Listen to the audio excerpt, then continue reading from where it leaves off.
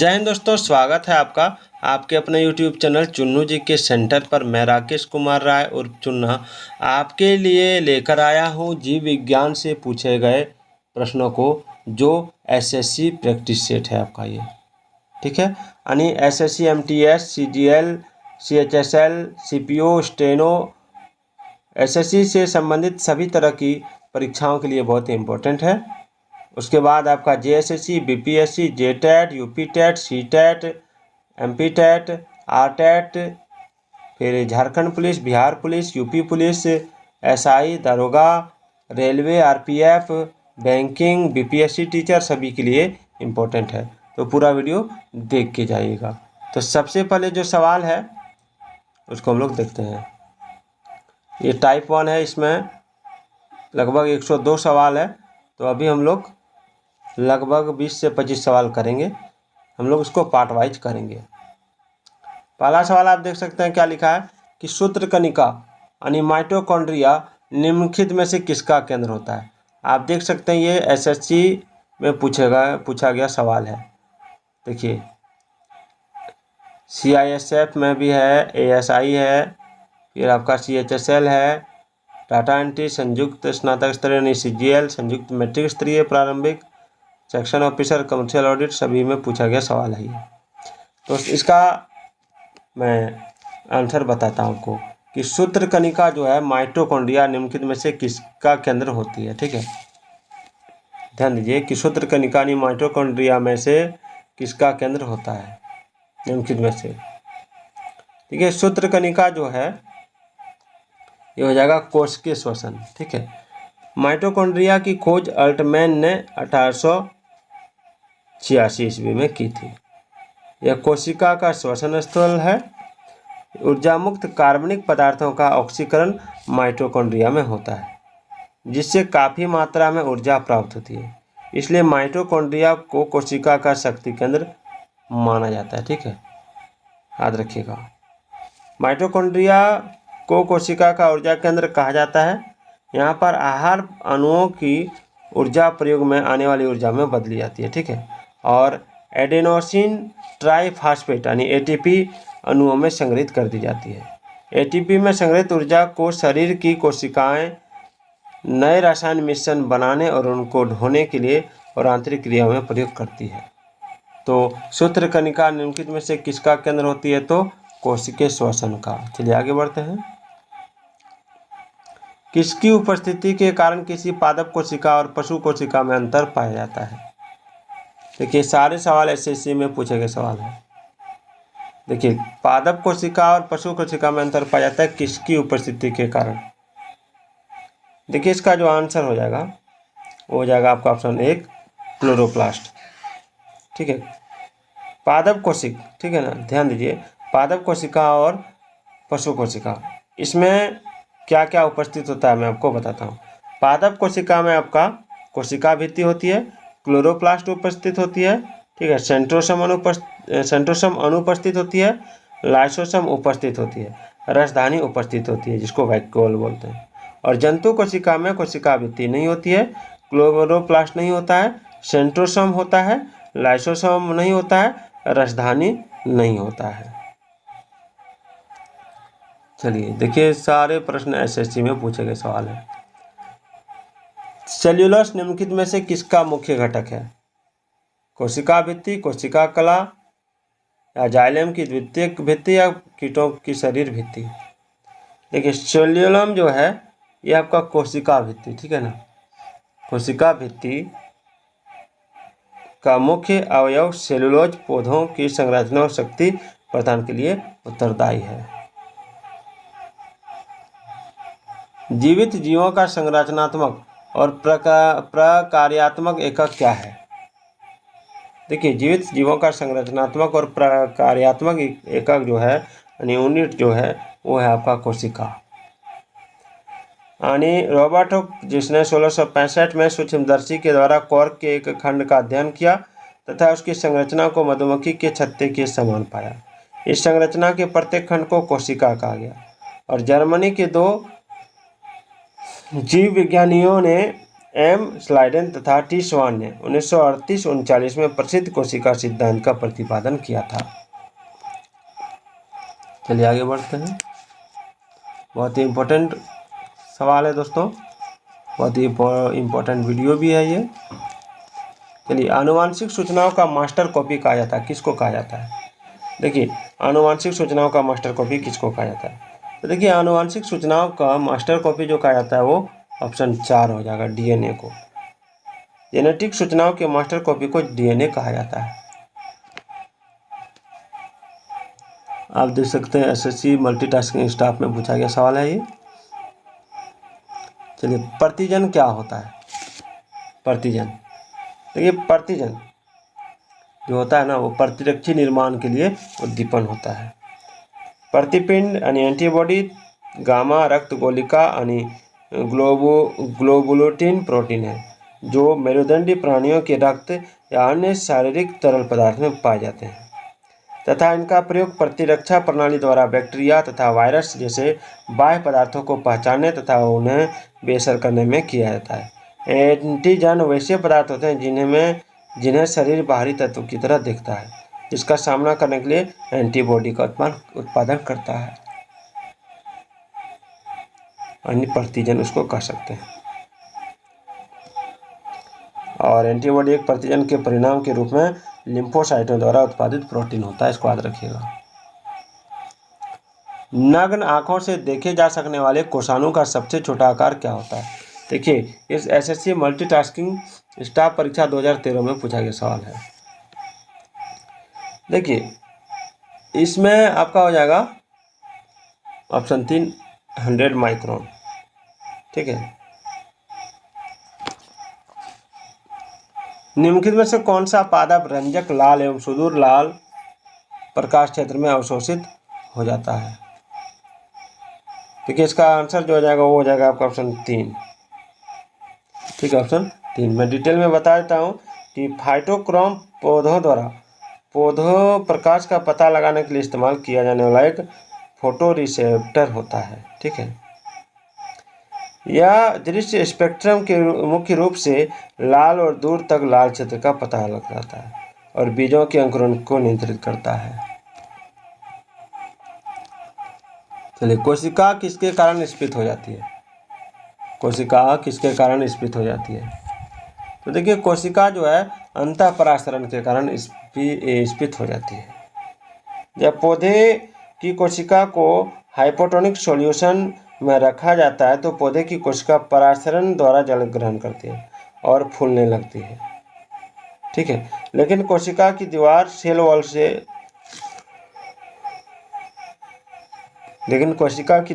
Wall से फटने से बचाती है। पौधे की कोशिका फूलकर टर्जिड हो जाती है, सूज जाती है, फूलकर टर्जिड और कठोर हो जाती है। इस प्रकार अंतःपरासरण के कारण कोशिका फूल जाती है। आप देख सकते हैं सारे परीक्षाओं में पूछे गए सवाल है, दिल्ली पुलिस में पूछा गया सवाल है ये। अंतः शोषण की प्रक्रिया में क्या निहित है? देखिए, अंतः शोषण यही ना है, जब ठोस पदार्थ द्वारा बिना किसी विलयन की सहायता के जल अवशोषित किया जाता है तो यह प्रक्रिया अंतः शोषण कहलाती है। ठीक है, तो इसका आंसर हो जाएगा अवशोषण। ऐसे पदार्थ जो जल का अवशोषण करते हैं और जल में घुलनशील नहीं हैं अंतःशोधक कहलाते हैं और यह बीज के अंकुरण का पहला चरण होता है, स्टेप होता है। चलिए आगे बढ़ते हैं।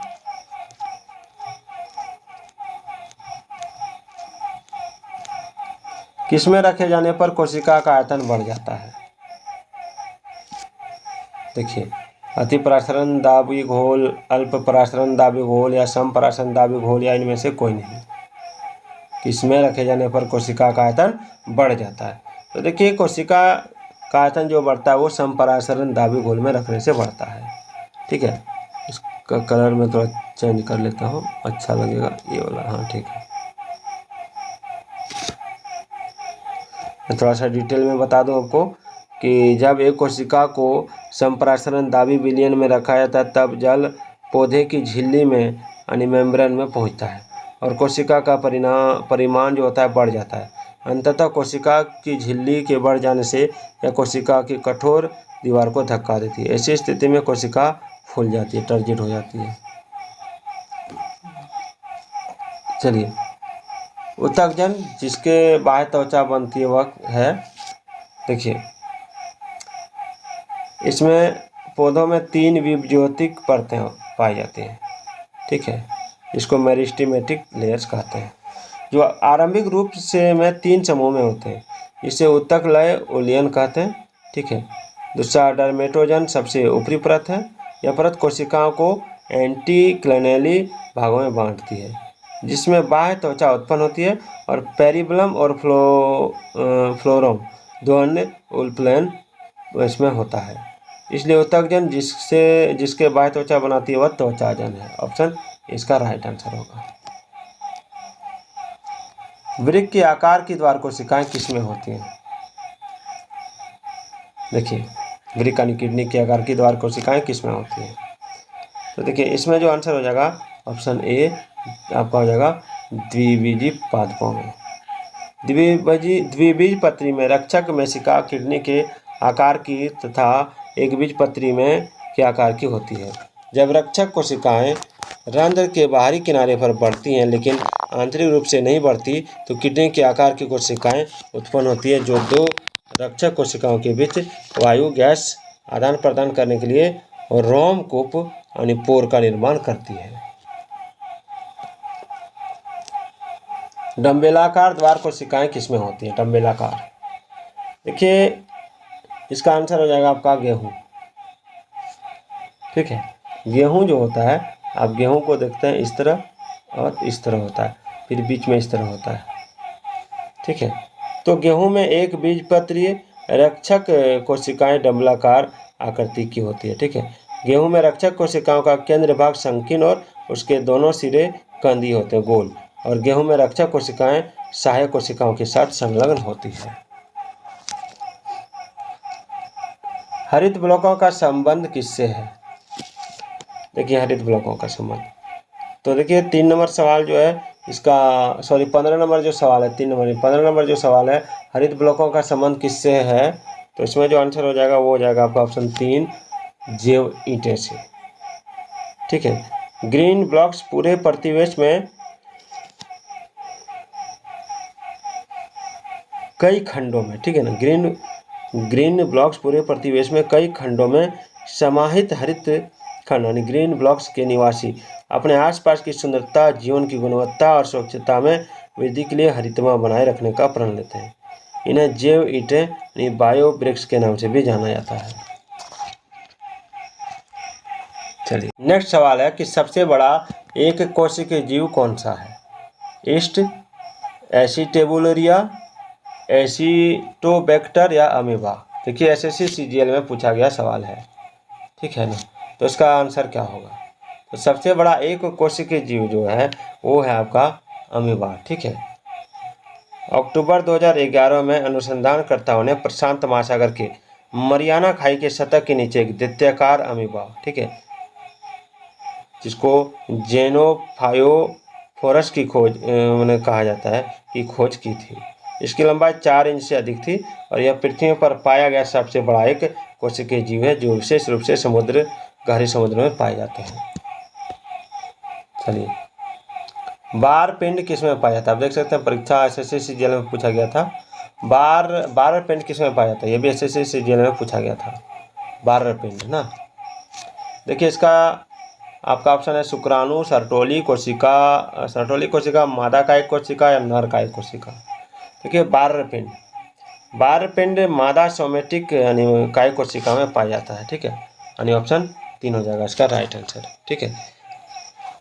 इसमें क्या होता है, यह एक निष्क्रिय एक्स क्रोमोसोम है, एक निष्क्रिय, ठीक है, और जो उन प्रजातियों में पाया जाता है जिनमें एक्स या जेड के द्विगुणित यानी डिप्लॉइड क्रोमोसोम से नहीं बल्कि वाई या डब्ल्यू क्रोमोसोम की उपस्थिति से लिंग निर्धारित होता है। एक विशिष्ट यानी टिपिकल महिला के प्रत्येक सोमेटिक सेल में मात्र एक बार पिंड पाया जाता है, जबकि एक विशिष्ट पुरुष में कोई भी बार पिंड नहीं पाया जाता है। चलिए, पैरामेशियम में उत्सर्जन द्वारा को इस नाम से जाना जाता है। कोशिका अग्रसनी, कोशिका मुख, साइटोपायज, क्रिप्टोस्फेयर। देखिए इसका जो राइट आंसर हो जाएगा वो हो जाएगा आपका ऑप्शन 3 साइटोपायज। ठीक है। पैरामीशियम के शरीर के अंत में पिछले भाग पर छोटा सा एक छिद्र होता है, इसे साइटोपाइग या साइटोप्रॉक्ट कहा जाता है। ठीक है। पैरामीशियम का अनपचा भोजन इसके द्वारा बाहर निकल जाता है। ठीक है। और पैरामीशियम भोजन के रूप में मुख्यतः बैक्टीरिया और छोटे प्रोटोजोआ और एक कोशिकीय कवक, डाइटम, ईस्ट आदि को ग्रहण करता है। एक मृदुतक कोशिका जो कि कोशिकीय अजीव पदार्थ संग्रहण करती है क्या कहलाती है? मृदुतक कोशिका जो कि कोशिकीय अजीव पदार्थ संग्रहण करती है क्या कहलाती है? देखिए ये जो आंसर हो जाएगा वो हो जाएगा आपका ऑप्शन 2 आइडोब्लास्ट, विचित्र कोशिका। मृदुतक कोशिका पेरेन्काइमा जो है ना, पेरेन्काइमा कोशिकाओं में जो इर्गेस्टिक पदार्थ संग्रहित रहता है जिसे आइडोब्लास्ट कहते हैं। ठीक है ना, आइडोब्लास्ट कहते हैं। रेफिडस कोशिकाओं से युक्त टेनिन कोशिकाएं आइडोब्लास्ट का निर्माण करती है। और आइडोब्लास्ट पौध की एक ऐसी कोशिका है जो पौधों के अन्य ऊतकों से बिल्कुल भिन्न होती है और यह संचित संग्रहण यानी स्टोरेज ऑफ रिजर्व को ले जाने का कार्य करती है। चलिए आगे बढ़ते हैं।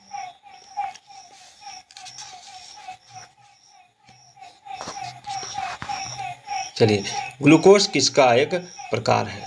देखिए ग्लूकोज किसका प्रकार है? तो पेंटोस, हेक्सोस, ट्रेटोस या डायस शर्करा। देखिए 3 समान शर्करा ग्लूकोज, ग्लूकोटोज और फ्रुक्टोज का आणविक सूत्र जो होता है वो क्या होता है? वो होता है आपका इसको मैं मिटा देता हूँ, C6H12O6 सामान्यतः समान रहता है क्योंकि प्रत्येक शर्करा में कार्बन के 6 अणु होते हैं और प्रत्येक शर्करा की आकृति षटभुज होती है, यानी हेक्सोज। और ये सिंगल शुगर्स या मोनोसेकेराइड्स कहलाते हैं। ठीक है। तो इसका जो राइट आंसर हो जाएगा वो हो जाएगा हेक्सोस शर्करा। ठीक है, याद रखिएगा। जीवाणु कोशिका में सूत्रकणिका की संख्या कितनी है? देखिए जीवाणु का पूरा शरीर एक ही कोशिका का बना होता है। ठीक है। और इसके चारों ओर कोशिका भित्ति के नीचे कोशिका झिल्ली होती है, याद रखिएगा। और यह प्रोटीन तथा फास्फोलिपिड जो होती है ना उसकी बनी होती है। और इसके कोशिका द्रव्य में माइटोकॉन्ड्रिया, अंतःद्रव्य जालिका तथा अनिविकसित कोशिकाओं का अभाव होता है। तो जीवाणुओं में प्राथमिक प्रकार का केंद्रक पाया जाता है जिसे न्यूक्लियाइड कहा जाता है। और जीवाणुओं में कोशिकीय श्वसन प्रक्रिया जिसको सेल्यूलर रेस्पिरेशन कोशिका की भीतरी सतह या कोशिका द्रव्य के अंतर्गत होती है। तो जीवाणु कोशिका में सूत्रकणिका की संख्या 0 होती है। ज्ञात सबसे छोटा प्रोकैरियोटिक जीव कौन सा है? देखिए इसका आंसर हो जाएगा आपका माइकोप्लाज्मा। माइकोप्लाज्मा जो है ना, माइकोप्लाज्मा याद रखिएगा, माइकोप्लाज्मा इसका आंसर हो जाएगा। सबसे सूक्ष्म और सरल प्रोकैरियोट्स है यह, और वो यह स्वयं प्रजनन करने में समर्थ है। ठीक है। और तत्वों की संरचनात्मक संख्या के अनुसार उपापचयी पथ यानी मेटाबॉलिक पाथवेज और प्रोटीन संश्लेषित अंतर के घटकों में माइकोप्लाज्मा आवश्यक रूप से न्यूनतम होते हैं। माइकोप्लाज्मा न्यूनतम कोशिकाओं की अवधारणा पर आधारित है। चलिए आगे बढ़ते हैं। स्टार्च का शर्करा में परिवर्तन होना किसके लिए अनिवार्य है? देखिए इसका जो राइट आंसर हो जाएगा ये हो जाएगा आपका ऑप्शन 1 रंध्र द्वार के लिए। स्टोमाटा अर्थात रंध्र को निरंतर खोले रखने के लिए निश्चित ऊर्जा की आवश्यकता होती है। स्टार्च यानी मंड को शुगर यानी शर्करा में परिवर्तित कर यह ऊर्जा प्रदान की जाती है। ठीक है। स्टोमाटा के खुलने की प्रक्रिया वाष्पोत्सर्जन से संबंधित है जो पौधों द्वारा जल को ग्रहण करने अथवा वाष्पीकरण पर आपका आधारित है। ठीक है। तो चलिए आगे बढ़ते हैं। इसका आंसर क्या बताया मैंने? इसका आंसर बताया ऑप्शन 1 रंध्री द्वार।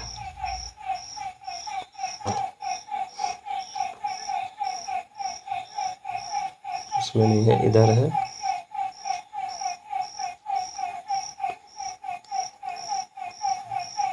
अगला सवाल है कोशिकाओं में तुरंत ऊर्जा उत्पादन के लिए हमको क्या लेना चाहिए? देखिए कोशिकाओं में तुरंत ऊर्जा उत्पादन के लिए हमको क्या लेना चाहिए? तो इसका जो राइट आंसर हो जाएगा ग्लूकोज, प्रोटीन, विटामिन सी या सुक्रोज क्या होगा? देखिए इसका आंसर हो जाएगा ऑप्शन 1 ग्लूकोज। ग्लूकोज हमारे मस्तिष्क और लाल रक्त कोशिकाओं को शीघ्र ऊर्जा प्रदान करता है और हमारे शरीर में अधिकांशतः सभी कोशिकाओं को शीघ्रता से ऊर्जा प्रदान करने की आवश्यकता होती है। कुछ कोशिकाओं जैसे मस्तिष्क कोशिकाओं में ग्लूकोज या एटीपी को संग्रहित करने की क्षमता बहुत कम होती है। इसी कारण ग्लूकोज की आपूर्ति द्वारा मस्तिष्क में रक्त का प्रवाह जारी रखा जाता है और मस्तिष्क को ऊर्जा प्रदान की जाती है। विषाणु में निम्नलिखित में से कौन सी एक विशेषता नहीं होती है? ठीक है, इसका आंसर अगर आप जानते हैं तो कमेंट जरूर कीजिएगा। तो फिर मिलते हैं इसी तरह के और प्रश्नों के साथ, मजेदार वीडियो के साथ। तब तक के लिए जय हिंद, जय भारत।